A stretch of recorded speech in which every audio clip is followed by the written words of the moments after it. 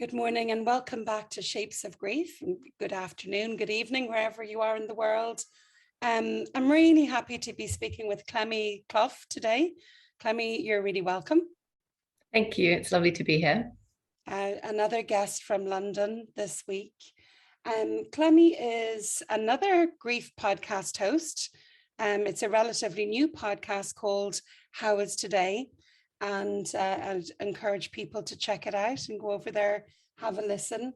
Clemmie is, like I said, a podcast host, an account director in an advertising company, and also an adult bereaved as a child.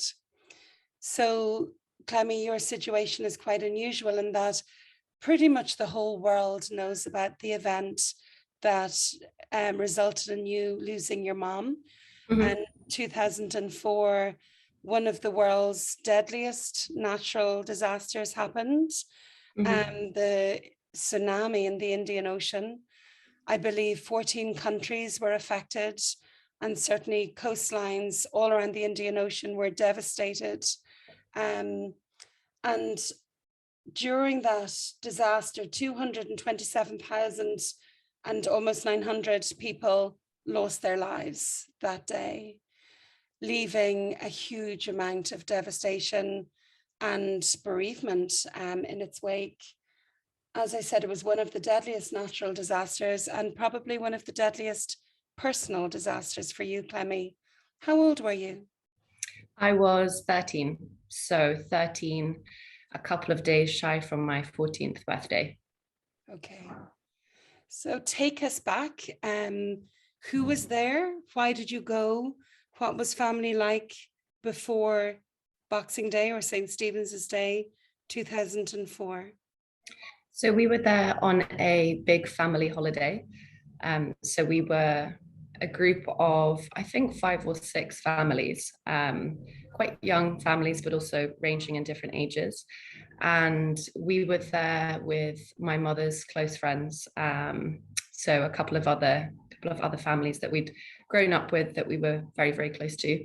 And we were having sort of a holiday of dreams in a way. I think we'd arrived on Christmas Eve or perhaps a few days just before that. And we were situated in this beautiful, beautiful place in Phang Bay, I think it's called. And we had villas on the seafront. So we had a perfect view of the sea, which turns out to be the absolute worst place to be when there's a surprise tsunami. And we were just doing family things during the Christmas period. So I think we'd brought or organized some baubles to be there so we could sort of Christmasify the interior of the Thai villas, which probably looked quite strange, but it was a nice effort. And we had all of our family stockings, which we'd had for ages. We didn't have a Christmas dinner. I think we probably had pad thai on the beach. I don't remember, but I do remember having a really lovely chat with my mum as we were walking back on Christmas Day itself. So her and I think perhaps teenagers, particularly female teenagers everywhere, might resonate with this feeling of separation from your parents when you're about 12, 13, 14. You're just getting into your independence and you're thinking, okay, I'm an individual and I want to test some boundaries and I'm a real adult. You're absolutely not a real adult, but particularly in London, you've got you've got fun happening sort of at your doorstep and you think, I want to go out there and sort of experience it. So I had quite a testing relationship with my mother, and being the middle child and having that distance from her. My sister is sort of cookie cutter like my mum, and cookie cutter almost like my grandmother as well in many ways, in lots of really wonderful ways. But I was a little bit more independent, and I think from speaking to some of my mum's friends, they've said as well that was definitely true as a kid. So I didn't feel super close to my mum at that time, but I do remember having a lovely chat with her that was characteristic of perhaps a bit of a young adult kind of conversation and starting to have that relationship with her.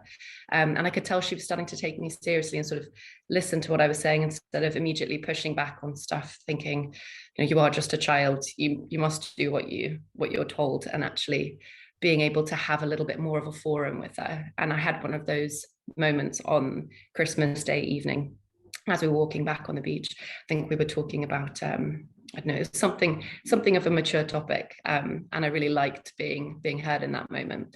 So anyway, on Boxing Day itself, we weren't meant to be up really. It was quite early. I think the tsunami hit around 10 a.m. and I'm a complete dormouse, so I would have been sleeping all the way through, no question about it. I would have slept till midday. I still try and sleep till midday on a Saturday. That's something that I love to do. But we were all up because one of our friends was up. He'd traveled in a little bit later than us, so he was really jet lagged. He bounded in with lots of energy and was saying, come on, I'm super bored, get up, let's go.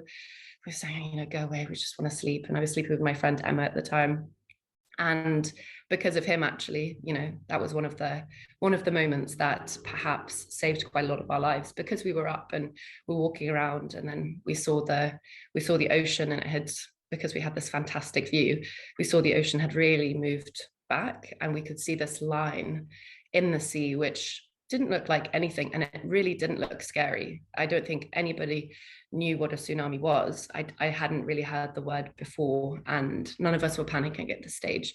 That was what was quite uncharacteristic about, well, or perhaps quite unsurprising about the whole thing. We were just very calm about it because we had no idea what was coming, and we hadn't felt the shocks or the tremors because it was in the dead of night and it was all the way out into the middle of the sea. So everything was calm. We were sort of just looking at the sea, thinking, we wonder what this is. We wonder how big the flood would be, thinking it would be maybe a little wave of water. And for that reason, and it's something that I talk in the episode with my sister about, my mother said, oh, maybe you should get the cushions inside, or just make sure that nothing gets wet outside.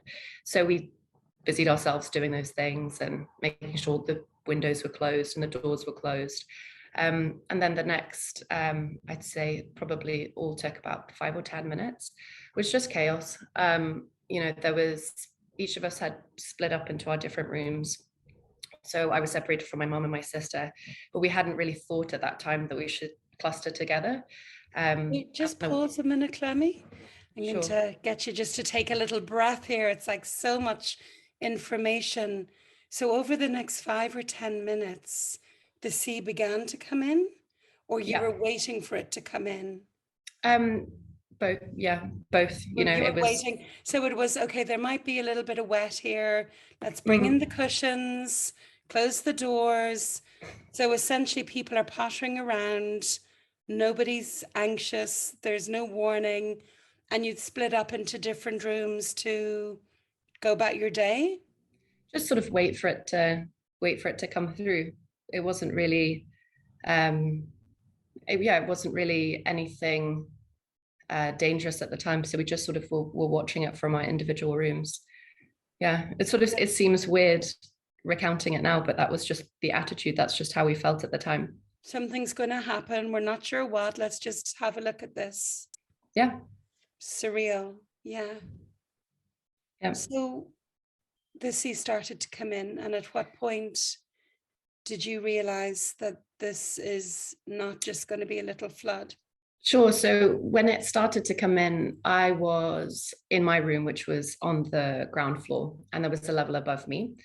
And I guess 13, but also a little bit timid anyway. I felt a little bit scared being alone. So I decided to pop out of my room and walk down the side of the building to one of the exterior stairs, and was climbing the stairs to go and join my friend Emma in the top room. And she was there with my friend Lucy and Lucy's grandmother. And as we were on the stairs, I saw a pot pick up and smash into the wall like that. And it wasn't a small pot, it was a big, it was like an urn. And I remember looking at that and thinking, oh my God, that's, I don't understand what's happening here. And it was like the first part of the wave, I think, as it had hit the bank, picked up whatever it could find, and then, smashed it into something that was meeting the force of the wave there. So that was a big urn. And it was at that point that I thought, oh, hang on, this is quite serious. And then I went into that top room and started saying to my friends, oh my gosh, I think this is quite big. And it was at that point that the large part of the wave entered the top level of the room.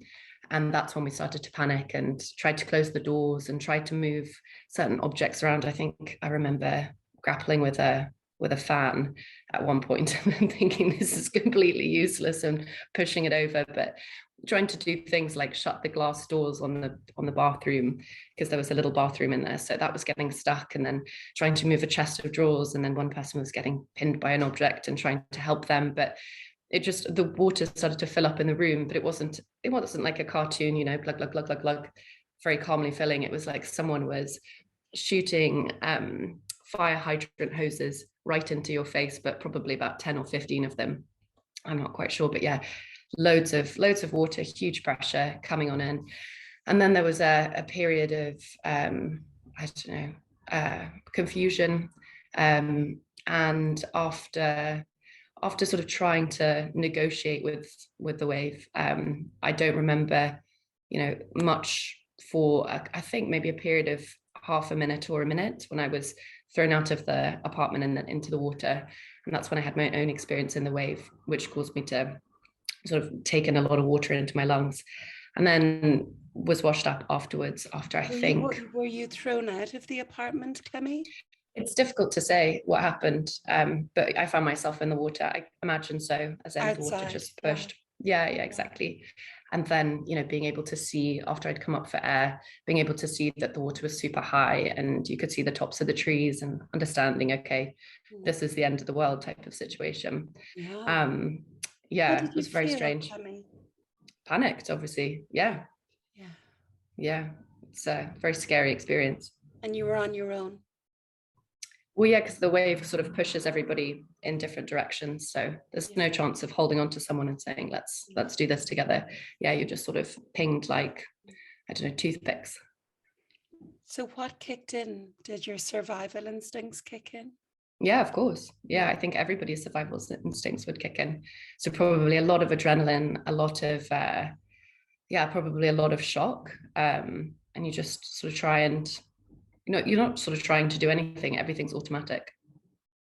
Yeah. What do you remember about what happened next? Pretty much everything, you know, just being able to get up for air, and then as the water receded, being able to exit the, you know, I guess the disaster zone, being able to go up to a safe hiding space, which is where I stayed for a day, a day and evening. And then the next day we traveled in a little group down this hill, and then was sort of with another family that we had met a couple of days before, just trying to find people that we knew, and just waiting for everything to calm down. And then the next day being taken to Bangkok, and then in Bangkok I was rejoined with my family. So you found yourself in the water, Clemmie. There was a receding of water. Were you able to connect with anyone in the family at that point? No. Or did you? No. What were you aware of, where in terms of who was with you, and did you all just get separated at that moment? Yeah, just separated. Everyone was separated. Yeah. So the last people you remember were your friend and her grandmother, being upstairs, and then that was it, you were thrown out? Yeah, exactly. Just like toothpicks in the wind. But I would say, just in terms of the experience of having an experience like that happen to you, I'd say, you know, a natural disaster like that, and you know, finding out that my mother was dead, it was that was more difficult to come to terms with. I think the tsunami itself was a hugely traumatic experience, but it was just one moment. And what's really fascinated both Albie and I, because we have this podcast, because we have this project of trying to explore grief, is this sense of devastation, but the sense of trauma that's residual, that remains. You know, he lost his father quite suddenly as well, in an experience that was traumatic. And, you know, it's something that's really compelled us to understand how we can create much more of a narrative around grief, and trying to open up the subject, trying to help people express how they feel. You know, everybody's experiences. I think you hear something like the tsunami and you think, oh my gosh, that is, you know, one of the worst experiences that you can have. But I think it's all subjective, because losing someone over a very long, protracted amount of time and anticipating that death can be as traumatic as something as glamorous in some ways as a tsunami that was all over the headlines and the news and things like that. You know, I think there's an element of unfairness to a story like mine, or perhaps like Albie's, where because it is so newsworthy, people do really want to understand the intricacies and the details, but the thing that's left behind is that you're dealing with a bereavement which isn't glamorous and isn't something that people want to ask lots of detailed questions about. And it's at that point that you do need people to ask those questions, because that's the part that you need the help with. I think the tsunami has left a mark. I mean, it's left a visible mark on my face, and you know, and other little scars elsewhere, but those are faded.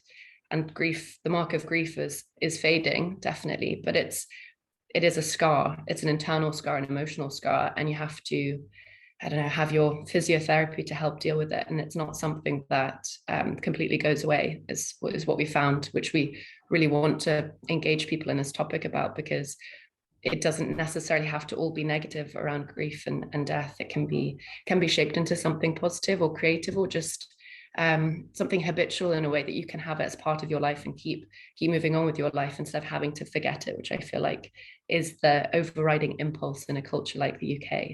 Absolutely. It's like, get over it quick. How do we fix this and get over it? You've made some really good points there, Clemmie, about trauma and how it is so subjective. And, you know, a terrible event can happen and people can walk away from it traumatized or not. It's trauma is down to our interpretation of events. You know, I've certainly worked with people suffering from PTSD when their loved one has had a gentle death, but their interpretation of events or of the relationship or what's happened has caused a trauma. And equally, people can go through really difficult things and not be traumatized. They're somehow able to process it and integrate it in the moment. You said there about, you know, the event itself was scary and it's left scars, but it's the internal scars that you're much more curious about. How would you say the trauma of the event or of your experience of the event stayed with you? And we'll come to the grief of losing your mom in a minute as well. Could you speak of the fear, you use the words, the end of the world, when you found yourself in the water? Yeah, no, sure. It's probably the best way of describing an experience like that, because it isn't like anything you've ever seen. Even in the best CGI, well, not that I haven't watched the Impossible film. A good friend called me up and said, hang on a second, a film like this is coming out. Just want to let you know that you absolutely should not see any of the trailers, because it's definitely going to trigger you. And at that point, it definitely would trigger me. So I'd say a quite immediate lasting effect was that I couldn't really be around airplanes or rushing water. The sound of the tsunami was very, very awesome. It didn't sound like anything. It sounded like perhaps 10 jets going off in your head. Maybe it's 3, but you know, it was a roar, an absolute roar, and you couldn't distinguish anything from, you know, a building being picked up and smashed into another building or a tree snapping. It was just a collective boom that just went on for a very, very long time. So loud noises and things like that do trigger me, and they're not comfortable to listen to. So I've done a lot of work on trying to calm myself in those moments, and taking off an airplane isn't a problem anymore. And I could put earplugs in if it gets too much. So I'd say that send you into panic. Is when you say you get triggered, is it an anxiety that arises, a panic that arises? Yeah, I think it's probably a mix of panic and anxiety. I think for me, panic and anxiety they're like sisters, they go hand in hand. So if I'm feeling anxious and then feeling anxious for a little while, then I could have a panic attack. I have had quite few panic attacks, as in proper panic attacks, because I don't want to minimize how all-consuming a real panic attack is. I can have moments of panic, and moments of panic would come up at work when I was feeling quite stressed. And then I would sort of feel like I was on the edge of a panic attack and understand that that's not a normal reaction. So I would take myself away, I'd go for a walk and try and calm down. And then it got to a point a few years ago where I just thought, I don't have to live like this. I now know that it's not a weakness to want to seek help, and also to know that I tried to reframe it for myself, to be honest. Like, if you're involved in a big car accident, no one expects you to walk away from that. Breaking every bone in your body, you'll go into hospital, you'll have your x-rays done, you'll have your bone set, and then you'll have physio. I mean, just because I walked away with a lot of scratches and bruises and I didn't have any broken bones doesn't mean that I wasn't affected and I needed medical attention. So being able to accept that for myself and then seek psychoanalysis, counseling, therapy was really had a big impact on my life, because that person was able to look at me, just sort of sit in front of me very calmly and say, it's good that you're here. You don't have to feel like this. There are reasons why you feel like this. And let's go through some of that kind of unpicking, a bit like a bad stitch. Let's just unpick it very slowly and in a very, controlled, not particularly comfortable way sometimes. And the physical effects of the therapy were very powerful and really opened me up to how important it is to look after the brain and consider the brain when something like big trauma happens, or any traumatic experience. So understanding that my feelings of panic because of stress were probably a sort of a shortcut into amygdala saying, oh, hang on a second, we're in danger, was important for me to understand, because it meant that I could extricate myself from a label of I am anxious. I live with anxiety. And say, well, no, your brain has been at a very early age told this is the worst case scenario. This is what could happen. So it was natural for my body to start going into a flight mode. And it wasn't a fight mode, it would be a flight mode, get out of this situation. And when you're trying to cut your teeth in advertising and things are stressful and things are busy and you're not getting a lot of sleep, that's not a very good response to have. You picked probably one of the most stressful industries to join, Clemmie. I think bankers and lawyers would probably argue with you about that one, but yeah, no, it's not completely without stress. It's a great point you're making, that stress, anxiety, panic, it all stems from our nervous system, and it's the way our nervous systems are programmed when we've been through a really stressful event like you have. And I think this is vital for people to know. I'm not broken. I'm not anxious. I'm not panicked. There is panic in me. There's anxiety in me through my nervous system. And when I can understand it, I can hold it and address it and tend to it. We call this psychoeducation, in therapy circles. And I just think it's so important in grief and with trauma to empower people to understand exactly what's happening in their system on a somatic level. So they go, God, it's not me, it's just my nervous system, because we can think we're broken when we have these experiences. There's something wrong with me. Why am I responding this way? And it can be scary when we don't understand it.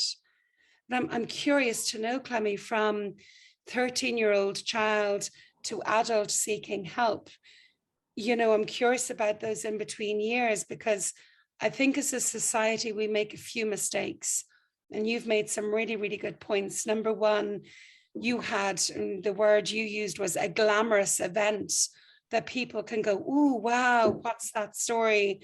So many people experience devastating trauma that's quiet, disenfranchised, not talked about, invisible. And it could be being raised with an alcoholic mother in the home where you're never safe. You don't know what's coming, and in terms of our bodies and our nervous systems, like you say, the impact can be just as damaging. And in fact, I have read research that says ongoing developmental trauma like that can actually have a bigger toll than, and this is not to minimize your experience at all, but it's more just to educate around trauma, than the big T trauma. The ongoing little t trauma can be very devastating. And just, you've highlighted that point of, you have the event, lots of people don't and have similar experiences. But also, you're making me think of a conversation I had with a woman called Fiona Toomey. She runs a charity here in Ireland for people bereaved by suicide. And her young daughter died by suicide. She was just 11, and she was waiting on mental health services. That didn't happen.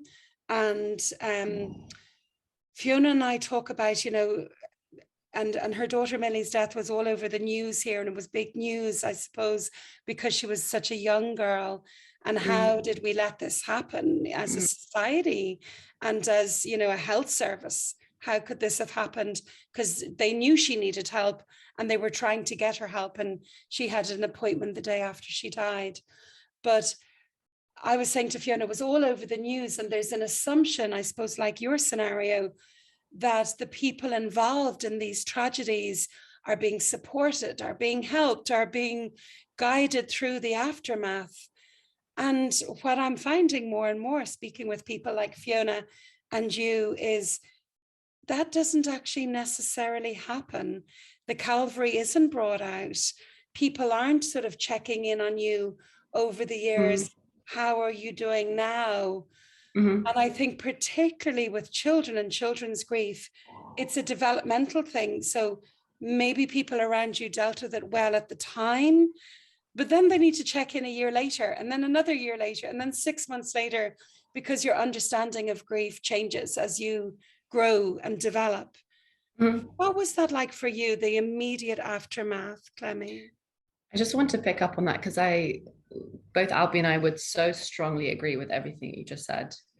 I find it astonishing that you can be involved in something as big as a tsunami and something of, it's not national importance, but it was treated as such. When we arrived back, there was, there were lots of reporters trying to get the story, and it was being reported on.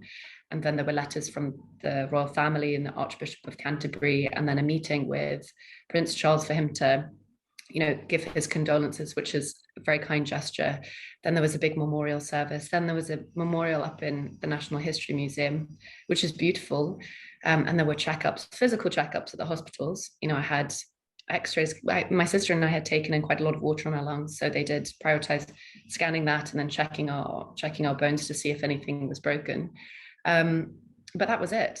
There was one conversation with our GP, with all of us as a family in a room, saying, are you talking to each other about this? We were so traumatized and didn't know what to do, and also really awkward as an English family who don't really talk about emotions anyway, but also had lost our big ringleader, matriarch mum. So we just all sat awkwardly in silence and didn't say anything. But there was nothing else. There was no gesture or mention of psychological support from the National Health Service. I don't remember. And then because it wasn't really something that we were, I guess, culturally at the time, particularly within the family structure I have, or the circles that we're in, wasn't really a question of, okay, now we think it's a good idea to have some proper counseling or therapy. It wasn't taken seriously, and it still had that shame aspect attached to it, which really pushed me away from it, because I wanted to just pretend I was fine. The only thing I wanted to be, particularly at 13, is normal. You want to wear exactly the same thing as your friends. You do not want to stick out at all. So then to have this literal, black mark of death on your face, this took an age to fade. And I even had teachers at school who perhaps just weren't properly briefed or were very nosy, keep asking me, what's that on your face? I say, I fell on a piece of glass. I mean, what do you expect me to say? I don't know what the motive was for saying stuff like that. But so you try and just go with the crowd, and you just completely ignore it. And that works up until a point, because in some ways you do just kind of have to crack on. And it's the people around you who are going, we still think you're exactly the same. This big thing happened to you, but you have the same personality, have the same jokes, you have the same stories. We love you just the same. Let's do all the things that we were going to do. And sometimes I would have to remove myself from some of those situations, like when we were going out to meet boys at parties and, testing with alcohol. Alcohol, I quickly found, would shortcut me into a space where I would just kind of go a bit berserk and just be crying constantly, and would have to sort of play very safely in those spaces. Grief But and other than alcohol that, are not a good combination. yeah, Yeah. not good. Yeah. But so yeah, we just sort of cracked on as normal. And then it was sort of early 20s where I was struggling at university to find the experience very interesting and nourishing, and I felt very isolated from lots of people. New people that I met didn't know about the trauma, didn't know about the experience, which I was kind of happy about. But then I didn't know how to then broach the subject when I felt comfortable with them. So that made me feel like I was hiding sort of the shameful side of me. And then, questions around my mother, people wouldn't ask the curious questions, which Albie and I really want to encourage people to ask, in the right setting, because I think they Like what, understood, Clemmie? like a curious question. Or Yeah, like so you said you want to encourage people to ask. What sort of things would you have liked people to ask you? What did you want them to know about your experience? What would have I, helped? I think the very basic one would be, they'd hear me talking just about my father, my sister, and my brother, and I wouldn't say anything about my mum. And I was hoping, for the friends that I had those deeper relationships with, or started to have those deeper relationships with, at a good point, not at a party or out in front of lots of people, but just say, hey, I heard you don't really speak about your mum. Where is she? What happened to her? And then after you ask a few questions like that, it's possible at some point in those conversations I might have become overcome with emotion, but then to not be afraid to pick up the conversation a week later, because this friend isn't going anywhere and you're not going anywhere. So to say, ask another curious question, like who are they, or what did they like to do, or how could you describe them, or ask something like, I'm curious how you like them, just trying to ask open-ended questions to see what that person feels comfortable about talking about. Because chances are, if they're not feeling comfortable with talking about the person they lost, it's still very painful. But if you don't, we feel like if you don't get into a situation where you can talk about that person, you sort of deny their existence, you create this barrier between that experience and your living life. And it does get wrapped up in things like isolation and shame around this person. Hugely so. Yeah, it's so vital. You're making me really realize the importance of counseling services and third level education, because I think for people who've been through anything, as a child, as an adolescent, as a teenager, it really is those university years or that post secondary school time where we begin to look back and start to, number one, maybe experience the traumas or the grief that we haven't fully processed, and try to make sense of what we've just been through in the last decade or two. I hear it a lot. It's when you move away from home, you begin to look back and go, well, what was all of that about? And particularly, like, I would see a lot of adults bereaved as children come to me for therapeutic support at that stage, when they've hit third level education or they've left school, because they are trying to make sense of their childhood, their experiences, what they've been through, and understand how they're made up and why they have certain behaviors. I think what's key here as well is developmentally, for you, losing your mum at 13 had a certain shape. And then when you were 14, it had a different shape. When you were 16, there was a whole other developmental age and more sense, you're making different sense of it as you get older. And I think we have a tendency to think, oh, let's deal with it well at the time of death. And then that's dealt with. We did that well.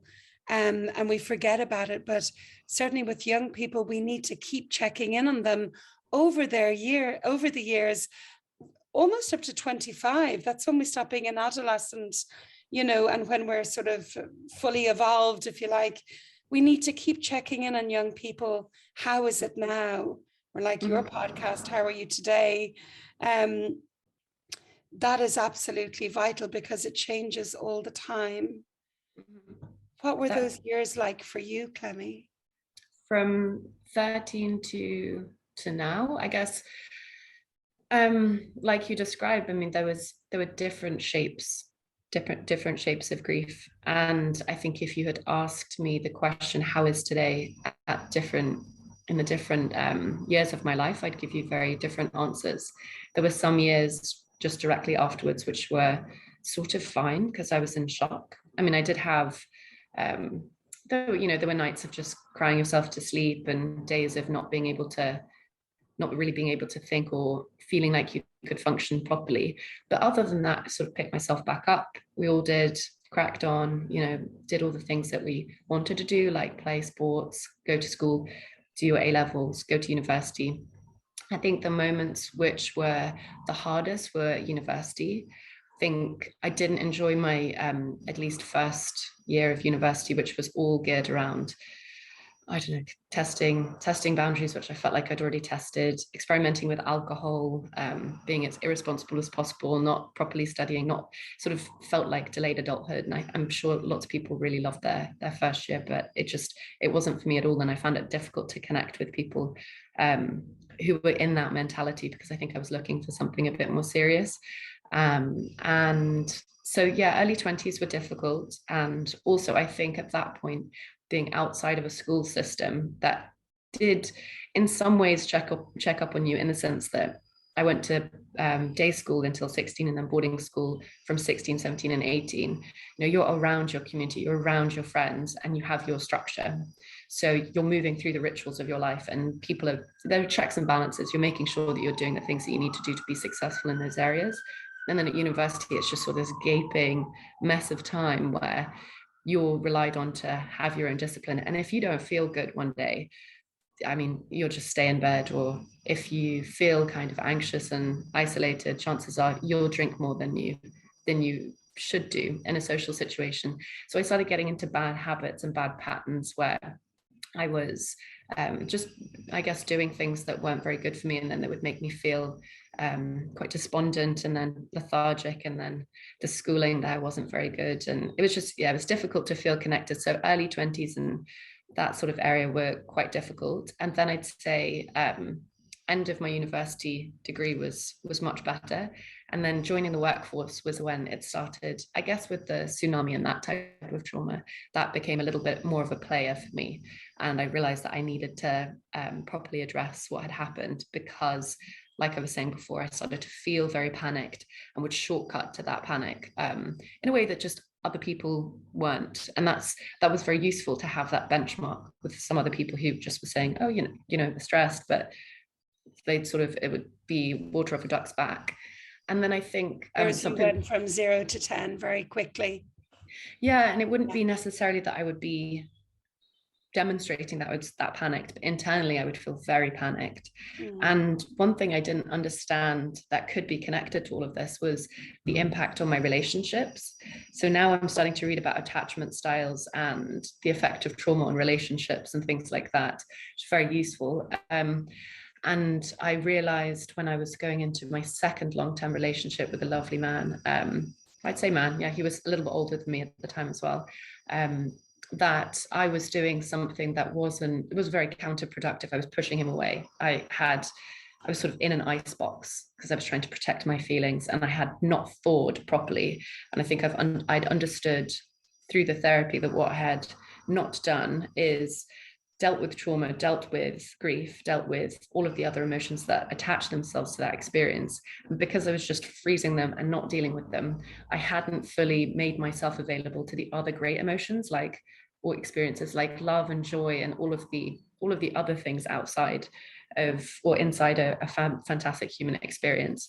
So that's something that I started to feel I needed to deal with the second relationship, and gradually was unraveling into having a really nice, healthy relationship. But he put up with some absolutely strange behavior in the first couple of months. I mean, he's a saint because he's really patient and tried to understand what was going on.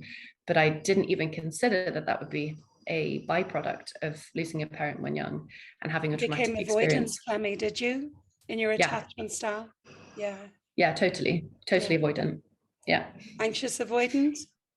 I think I've perhaps become anxious avoidant since, but avoidant for sure in that relationship.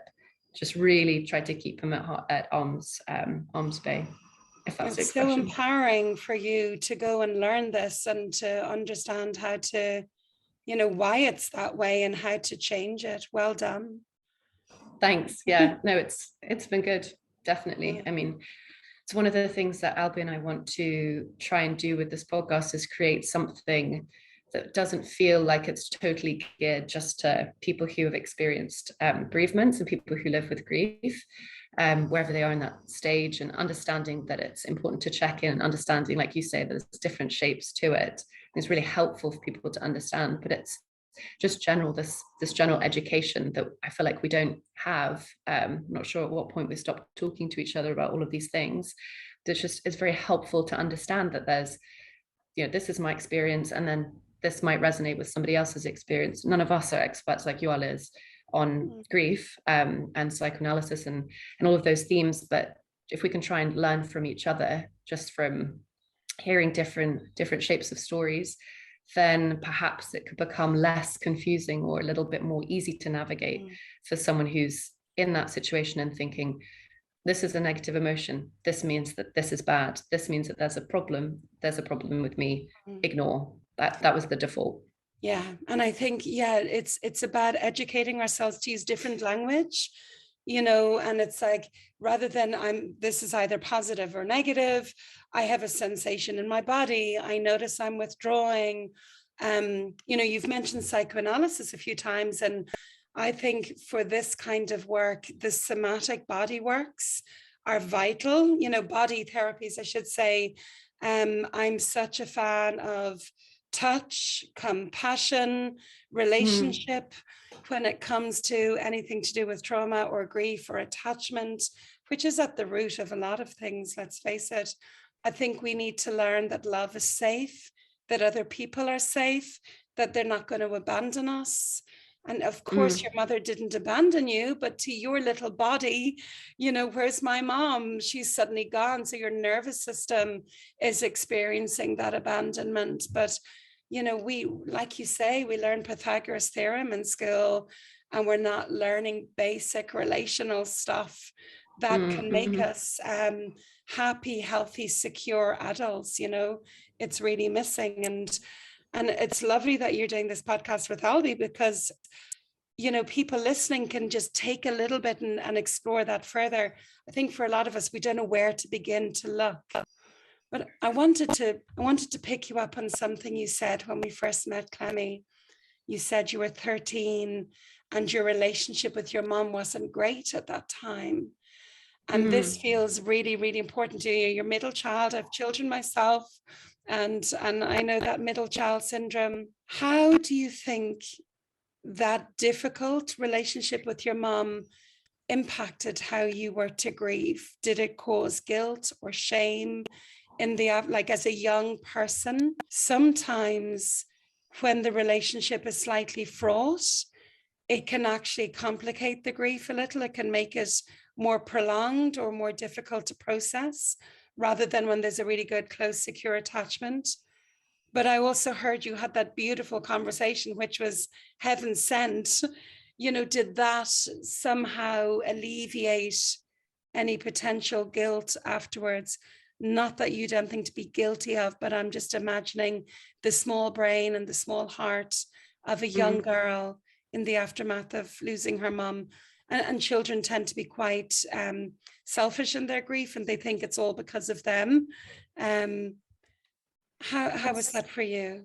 It's interesting hearing that could be a quite a popular experience or a popular emotion afterwards. And I've heard that a lot, survivor's guilt. Gosh, you must feel quite guilty that you survived and your friend didn't survive. And I've never felt guilt.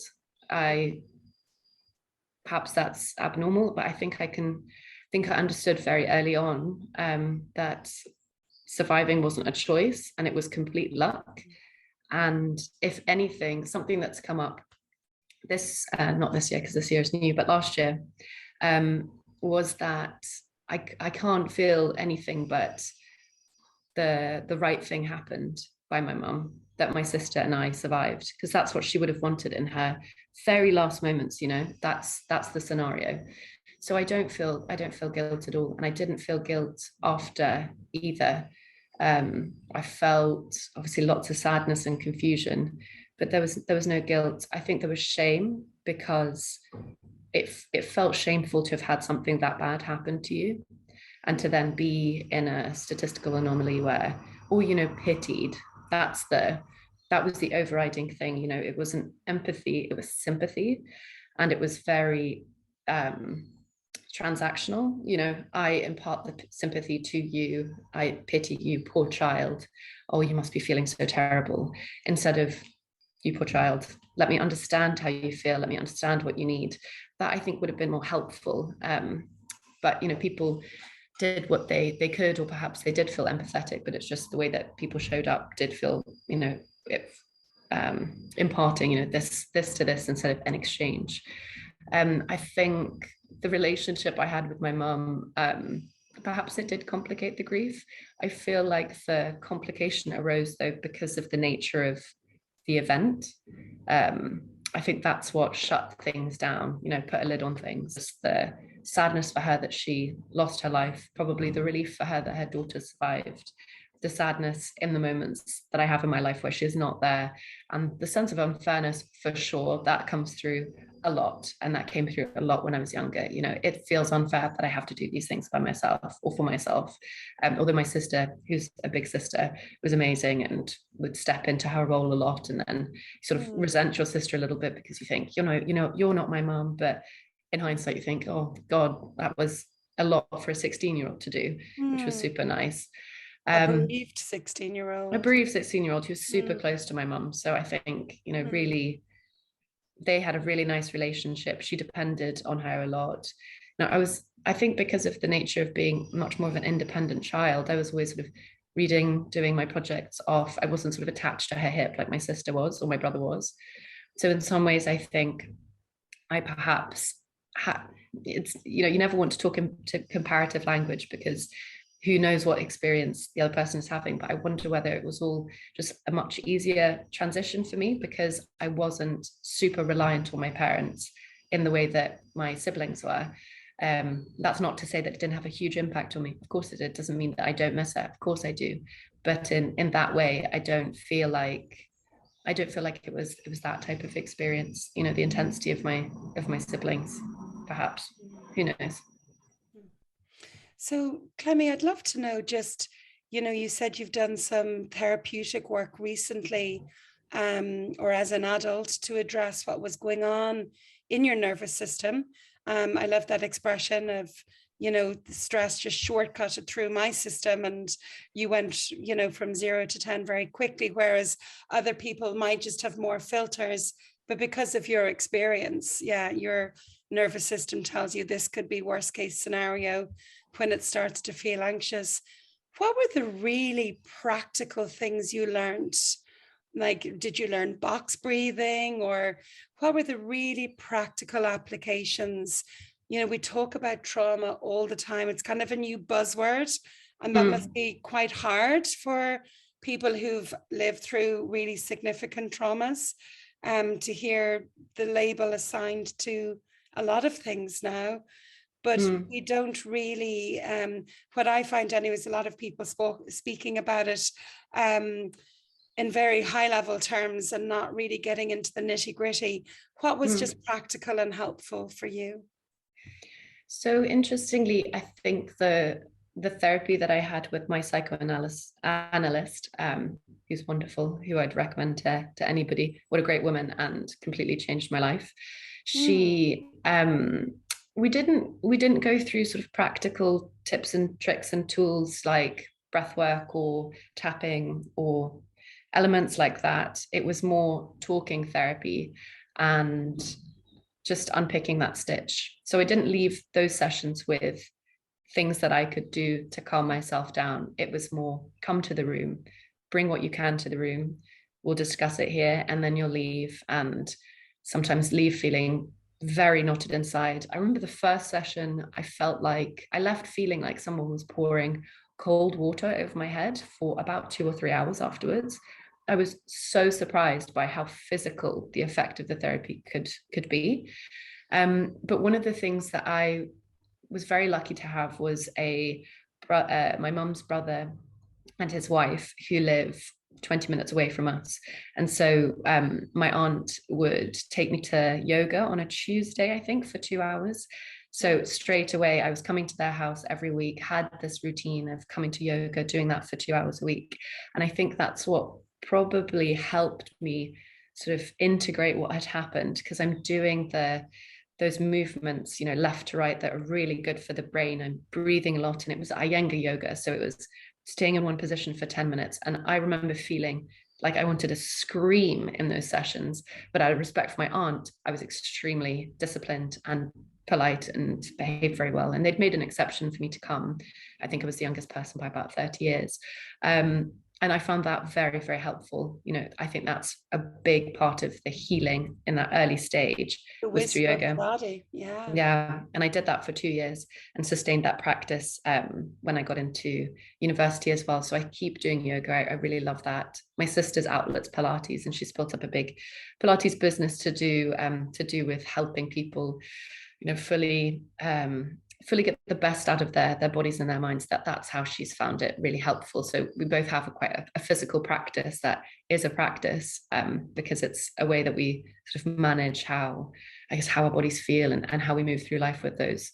And I, even to this day, I use exercise as a way to get the endorphins that I need, because I do need them.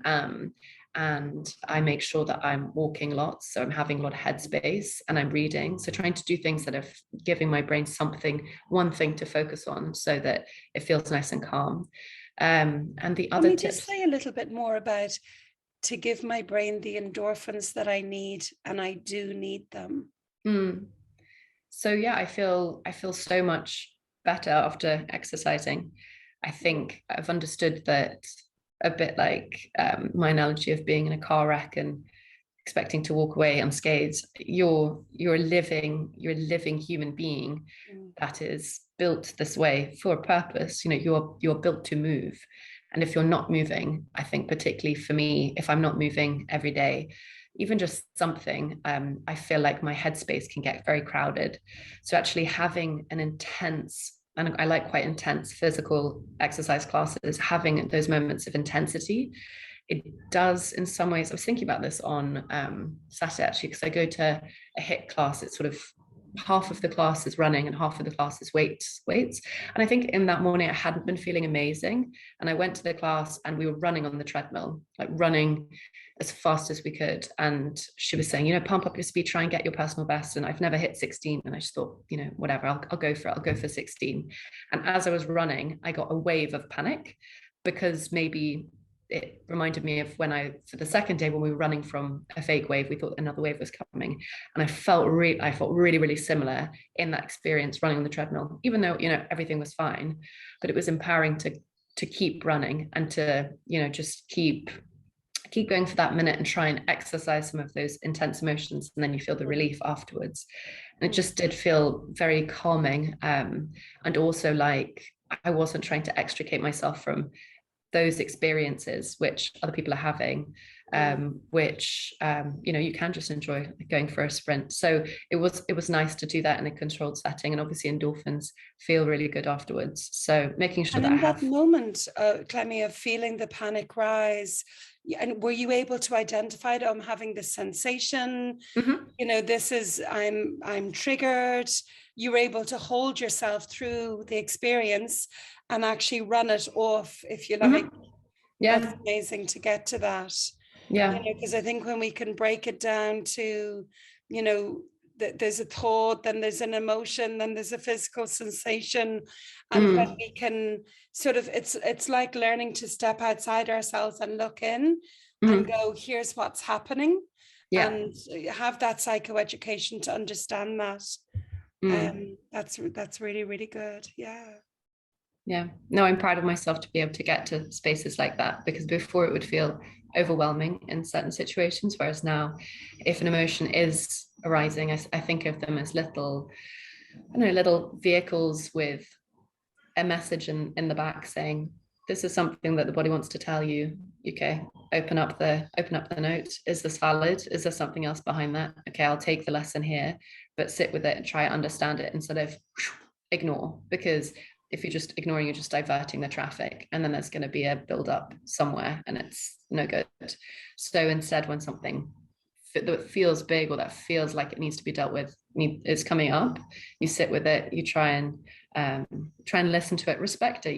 Your body's there to tell you what's valid. Pain is telling you there's something wrong. There's lots of wisdom in the body.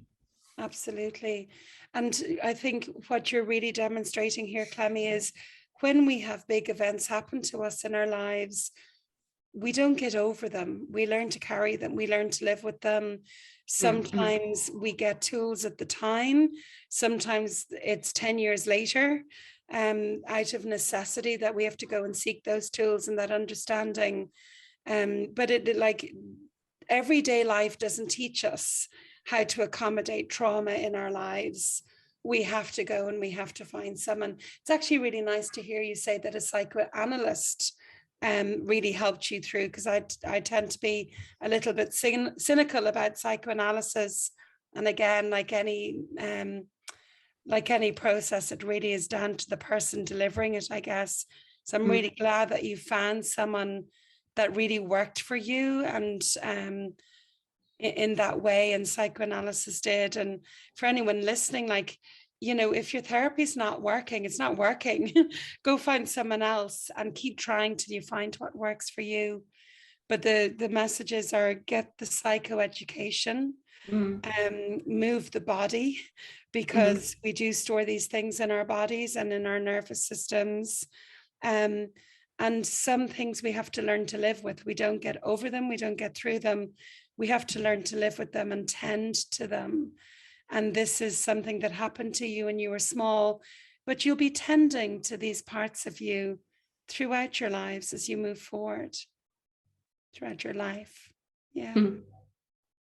How's your relationship now, Clemmie? With who? You were saying the second man.